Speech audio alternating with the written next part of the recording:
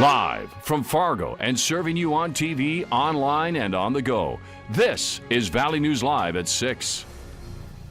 An autopsy will be done to determine the exact cause of a woman's death whose body was found along the bank of a Cheyenne River in West Fargo this afternoon. The adult female was discovered between 13th Avenue West and 7th Avenue West. Valley News Team's Bailey Hurley joins us with details on what investigators know at this point. Bailey?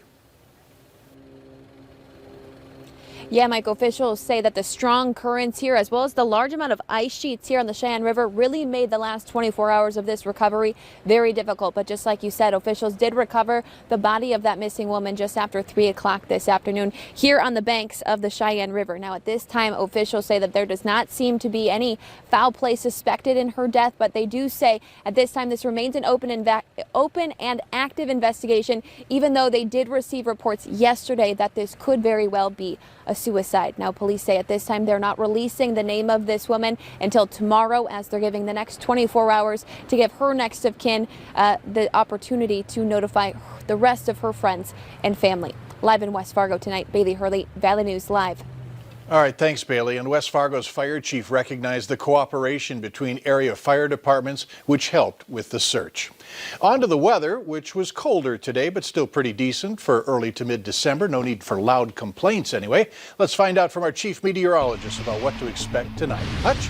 Well, Mike, if you're heading outdoors, we have temperatures that are coolest off to the west. 27 degrees this hour in Devil's Lake, holding on to those mid-30s here in Fargo, but the warm spot still Roseau, 37 degrees.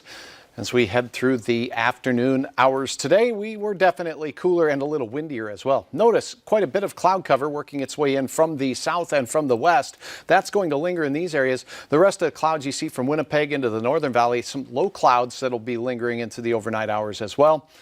Fargo, temperatures slipping into the 20s, and we will see decreasing wind speeds tonight. That's the good news, but take that jacket with because it is certainly cooler. Mike, temperatures we're at right now still are above average highs for this time of the year. I'll have details on even cooler weather heading our way here in just a moment. That wind sure makes a difference. It does. All right, thanks. From last year, we're at North, we're about 2.5 times more failures than we normally would have. Newly released data shows students are battling the effects of COVID-19, not only mentally, but in the classroom. Grades are falling through the cracks as kids on both sides of the Red River continue to log into computers for at-home learning. Valley News Team's Callie Hubbard investigates in our COVID in the Classroom series. He's over there on a Zoom call at the kitchen table, and I have another one upstairs on a Zoom call, and they have different schedules. Parents like Debbie Wapala and Lori Letvin have been trying to manage all 2020, juggling work and trying to keep their child's grades up. It came very close to me quitting my job, trying to keep the kids caught up. Their teachers are doing everything they can. You can only do so much when it's virtual. Wapala has a 7th and 10th grader in Thief River Falls, Minnesota. Checking on her son's grades has become a part of her routine. My high schooler, who's generally an A student, he's now B's and C's. On top of balancing being a virtual paraprofessional at the high school. There was too much stress on me, and if I can't take care of my own kids, I felt that it was wrong of me to be taking care of other people's kids when I couldn't keep my own kids on track. From last year, we're at North, we're about 2.5 times more failures than we normally would have. If you look at a 5-year history, it's even more than that. Fargo North High School principal Andy Dolan says many families doing virtual academy are not on pace. Students normally get 3 credits a semester, only 1/3 on pace to earn their 3 credits. I've worked with our staff about making sure that they reach out.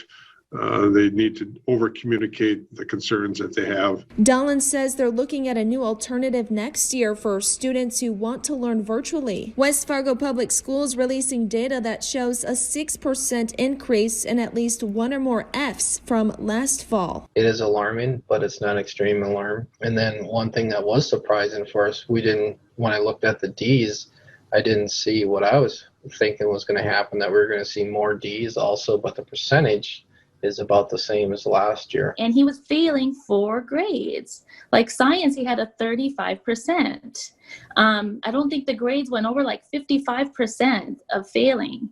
And I was shocked. Lori Letvin out of Rolette, North Dakota says she knew she had a problem when her son Dylan came home saying he was no longer eligible to play junior high football. I've never had issues with him academically. Parent-teacher conferences in elementary, it's been fine, A's and B's, but he's always been a pretty good student. Adding she's not blaming the teachers, she appreciates them. He's not learning, he has to teach himself. I absolutely believe if he was in school 5 days a week, his grades would improve, and it would just be better all around for his mental health. Letvin says she's lucky her 7th grade child has time to figure his grades out, but others are worried about GPAs and time running out for high schoolers applying to college. Districts adding many are struggling mentally, and it's okay to reach out because you're not in this alone. In the Red River Valley, Callie Hubbard, Valley News Live. We've had numerous parents reach out to us about the struggles that their kids are facing. If you have a related story to tell, reach out to Callie Hubbard here at Valley News Live. Her email address is at the bottom of the screen. Police have identified a person of interest in an apparent homicide at the Budget Inn Motel in Grand Forks last Saturday. They're asking for your help locating 28-year-old Vincent Chase Villarreal. They say that he is last seen leaving the area on foot heading south. If you know where he is, call police at 701-746-1000, or you can submit a tip on the Grand Forks Police Facebook or website. 2 accused shoplifters are in jail tonight after one of them displayed a gun as he was running away. Authorities say it happened yesterday afternoon at the L&M Fleet Supply store in Park Rapids. The man and woman left in a vehicle were later arrested by Hubbard County deputies. The NAACP is stepping in, demanding changes at North Dakota State University after 3 racially charged incidents have come to light on campus within the last week. A racist Snapchat group was exposed on social media, as well as a Snapchat video of NDSU students reenacting the death of George Floyd. And a threatening email was sent to NDSU President Dean Bershani from a pro-white organization. Both the North Dakota chapter of the NAACP and NDSU's Black Lives Matter group are demanding President Bershani meet with leaders of local civil rights organizations. They claim he recently declined any kind of meeting. Leaders are also asking NDSU to organize an NAACP college chapter and invite students of color to sit on the Inclusion Committee and Office of Equity. Anytime there is a racist incident on this campus, not a single student of color is made aware, as if it is not a direct attack to our safety and comfortability here where we pay to be. We reached out to NDSU for comment. We haven't heard back yet. However, they did release a statement this afternoon saying that their task force is working rapidly to identify strategies. 17 states, including North Dakota, are supporting Texas's bid to reverse the 2020 presidential election. The lawsuit comes a day after Texas's Attorney General asked the United States Supreme Court for permission to sue Georgia, Michigan, Pennsylvania, and Wisconsin, all of which Joe Biden won over their voting processes. Minnesota's Attorney General is joining a coalition of 23 attorneys general, urging the Supreme Court to reject Texas's rejection. A Grand Forks lawmaker and 3 legislative staff members have tested positive for COVID-19 following the organizational session last week. Senator Ray Holmberg tested positive Tuesday.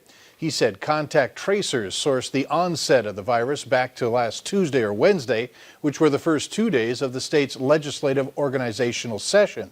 That's the only place it could have been, because otherwise I haven't been anywhere. No one's going to convince me it didn't come from there. Legislative Council leaders say 3 legislative staff have also tested positive, calling the timing more than coincidental. When asked whether those COVID-19 cases could be traced back to the 3-day organizational session. Later on Valley News Live at 6, what a shot for former NDSU golfer Amy Olson, who is competing at the Women's U.S. Open. And a look at temperatures 24 hours ago versus now. The biggest cool down has happened in the western Dakotas, where it's 20 degrees cooler at this hour as opposed to yesterday at this time. We still were way above average, but we'll continue to cool. Your forecast is next.